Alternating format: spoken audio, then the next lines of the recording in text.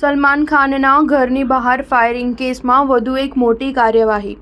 Mumbai crime બ્રાન્ચે 5મા આરોપીની ધરપકડ કરી. આરોપી મોહમ્મદ ચૌધરીને મંગળવારે મુંબઈની કોર્ટમાં રજૂ કરવામાં આવશે. બોલિવૂડ એક્ટર સલમાન ખાનના ઘરની બહાર ફાયરિંગ કેસમાં વધુ એક મોટી કાર્યવાહી થઈ છે. મુંબઈ ક્રાઇમ બ્રાન્ચની ટીમે સલમાન ખાનના ઘરે ફાયરિંગ કેસમાં વધુ એક આરોપીની ધરપકડ કરી છે. મુંબઈ ક્રાઇમ બ્રાન્ચે રાજસ્થાનમાંથી 5મા આરોપીની ધરપકડ કરી છે, જેનું નામ મોહમ્મદ ચૌધરી છે. મુંબઈ ક્રાઇમ બ્રાન્ચની ટીમે જણાવ્યું હતું કે આરોપી મોહમ્મદ ચૌધરીએ શૂટર સાગર પાલ અને વિકી ગુપ્તા બંનેને પૈસા આપવામાં અને રેકી કરવામાં મદદ કરી હતી. મોહમ્મદ ચૌધરીને આજે એટલે કે મંગળવારે મુંબઈ લાવવામાં આવ્યો, જ્યાં તેને કોર્ટમાં રજૂ કરવામાં આવશે અને કસ્ટડીની માંગણી કરવામાં આવશે. આ ઘટનાની જવાબદારી લોરેન્સ બિશ્નોઈ ગ્રુપે લીધી છે. ટીમના સભ્ય અનમોલ બિશ્નોઈએ એક પોસ્ટ શેર કરી છે. પોસ્ટમાં લખ્યું છે કે ભવિષ્યમાં પણ સલમાન પર આવો હુમલો થઈ શકે છે. અગાઉ મહારાષ્ટ્ર પોલીસના કર્મચારીઓ સલમાન સાથે રહેતા હતા,